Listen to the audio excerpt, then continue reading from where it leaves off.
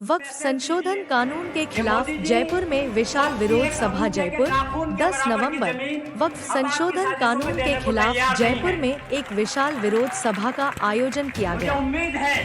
यह सभा MD road इलाके में आयोजित की गई, जहां हजारों लोगों ने एकत्रित होकर इस कानून का विरोध किया। सभा में मुख्य अतिथि के रूप में आदर्श नगर के विधायक रफीक खान और किशनपोल विधानसभा क्षेत्र के विधायक अमीन कागजी शामिल हुए। सभा का उद्देश्य और विरोध के कारण। विरोध सभा का आयोजन मुस्लिम समुदाय और विभिन्न संगठनों द्वारा किया गया था, जो वक्फ संशोधन कानून को मुस्लिम वक्फ बोर्ड की संपत्तियों के अधिकारों और स्वतंत्रता पर खतरा मानते हैं। समुदाय का मानना है कि यह कानून वक्फ संपत्तियों के प्रबंधन में सरकारी हस्तक्षेप को बढ़ावा देगा और उनके अधिकारों को कमजोर करेगा। रफीक खान ने सभा को संबोधित करते हुए कहा, यह कानून हमारे समुदाय की संपत्तियों और हमारी धार्मिक विरासत पर हमला है। हम इसे किसी भी सूरत में स्वीकार नहीं करेंगे। उन्होंने सरकार से मांग की कि वह इस कानून को तुरंत वापस ले और मुस्लिम समुदाय के अधिकारों की सुरक्षा सुनिश्चित करे। अमीन कागजी का बयान। अमीन कागजी ने भी सभा को संबोधित करते हुए कहा, यह कानून हमारे धार्मिक अधिकारों के खिलाफ है। वक्फ संपत्तियां हमारी सामुदायिक धरोहर हैं और हमें उनका संरक्षण करना चाहिए। उन्होंने कहा कि यह विरोध प्रदर्शन केवल एक शुरुआत है और यदि सरकार ने इस कानून को वापस नहीं लिया तो यह आंदोलन और तेज होगा। जनता की प्रतिक्रिया। सभा में बड़ी संख्या में लोग उपस्थित थे, जिनमें समुदाय के विभिन्न वर्गों लोग शामिल थे। प्रदर्शनकारियों ने हाथों में तख्तियां और बैनर लिए हुए थे, और दूर तक वक्फ संपत्तियों की सुरक्षा करो और वक्फ कानून में संशोधन नहीं चलेगा जैसे नारे लिखे थे। यहाँ आए सभा के दौरान लोगों ने नौजवान साथियों शांतिपूर्ण तरीके से अपनी बात रखी और सरकार से इस कानून को वापस लेने की मांग की। मैं बहुत ठंडाई से बात कर रहा हूं। प्रदर्शनकारियों ने चेतावनी दी कि और मैं कहना चाहता हूं पर ध्यान नहीं दिया गया कि ये वक्त बदल रहा है, आंदोलन जारी रखेंगे और जो वक्त बदल रहा है उसको जो लोग प्रदर्शन राजनीतिक दृष्टिकोण से भी महत्वपूर्ण माना जा रहा है। जब आदमी आगामी विधानसभा चुनावों को अपनी जाति को इस प्रकार के चरम सीमा पे ले जाता है पर दबाव डालने का तो उसको ये पता नहीं होता कि मैं किसको दिल दुखा रहा हूँ, किसको नाराज कर रहा हूँ।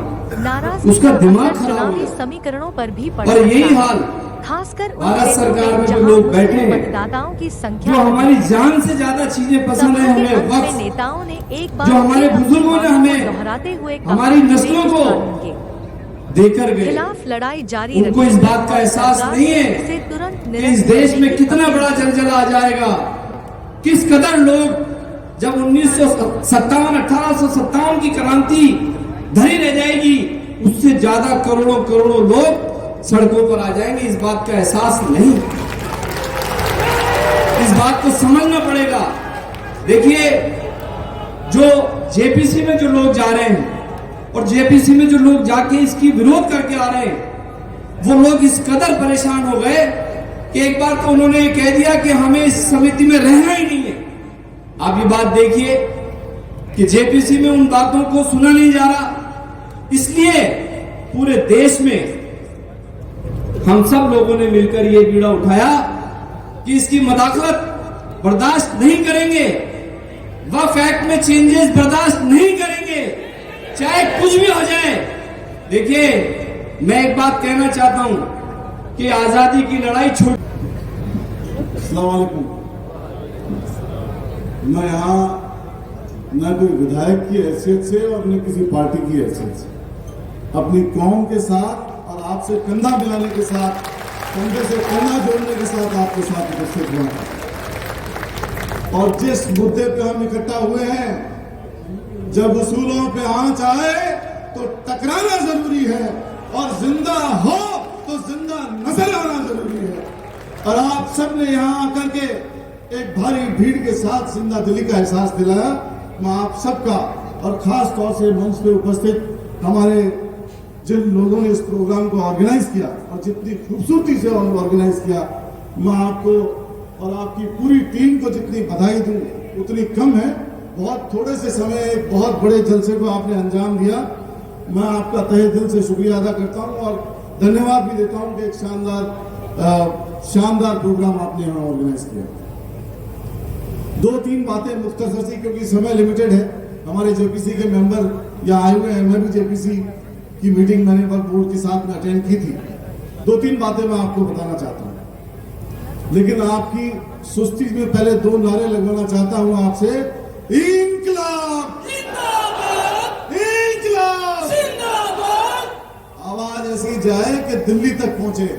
इंकलाब जिंदाबाद। मैं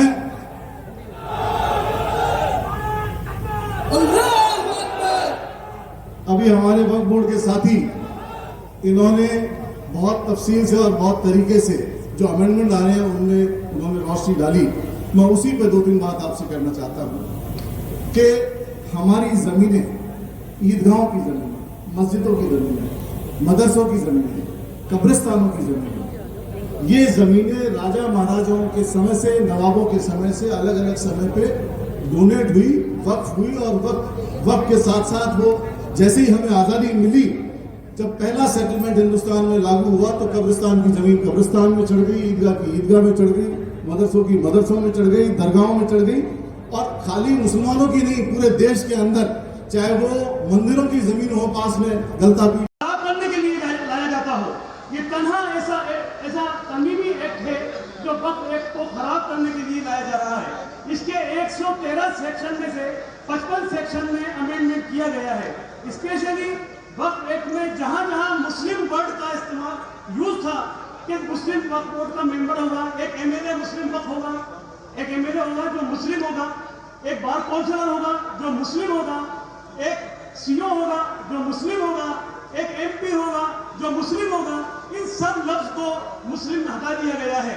यानी कि अगर ये एक्ट लाया जाता है, पास किया जाता है, तो वक्फ एक्ट में इन चारों जगहों पर गैर मुस्लिम हजरात लाए जा सकते हैं। क्या ये तरमीम वक्फ एक्ट के फेवर में है?